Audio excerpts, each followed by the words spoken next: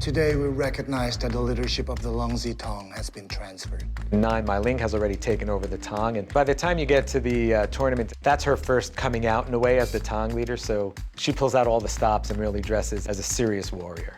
It's drastic, the Mai Ling before power and after power. You've seen one way that Mai Ling has set herself, and I come in for the arena fight looking like a dragon queen. It was just crazy. I have this all emerald green outfit with the dragon, and it's like every piece has a story, and it's building to this grand overlook.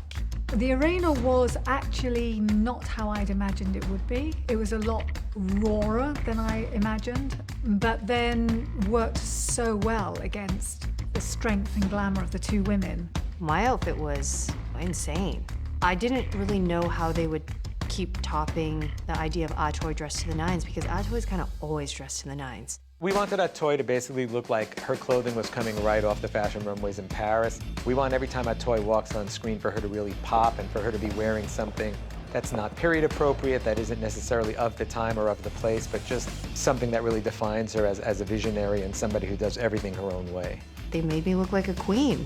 It was very regal. It had black and gold feathers on the shoulders with pops of red, complemented with this hairstyle that I think added a good 6 inches to my head, and this makeup that turned out to look kind of like a mask, very warrior couture. And even though they were not in the ring fighting themselves, Atoy and Mai Ling feel that there was the threat between them. The outfits that Joe created, I felt it when I was standing in those costumes and becoming that new character. It was incredible.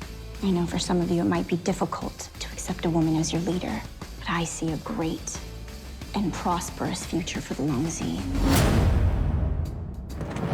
When we're sitting in the writers' room, we're talking about every action movie and every martial arts movie we've ever seen, and the idea of creating this tournament to resolve their problems gave us the opportunity to do a blood sport or do an Enter the Dragon fight on television. This one's a little bit different from all the rest of them because there's so much at stake here. Are you sure about this?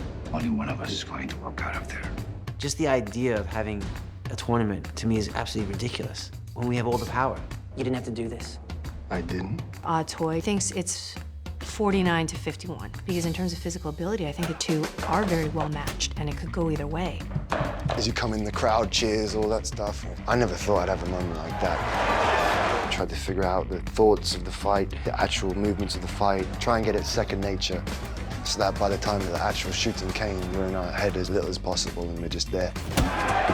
The song was based on speed. Fast, fast, fast, fast, fast. He's still kind of a show-off. He still just wants to be known as the best fighter, but without something to fight for, without a discipline and without a purpose. He's just a hired gun. When you're really good in martial art, then you realize, once you say you're the best in the world, then you're done. Martial arts is like a chess match. You're always trying to think 3 moves ahead so you can set it up for that takedown or the kick. Where Assam wants to pelt you with everything, Liang waits for you to come in. And his strength is once you get close. Liang may not be a better fighter than Assam, but Liang is the true warrior. Liang has a purity of purpose. He fights for his Tong, he fights for his love. He's kind of guy that very mature in terms of how he sees martial art. He doesn't let emotions control the fight. That's why he's effective.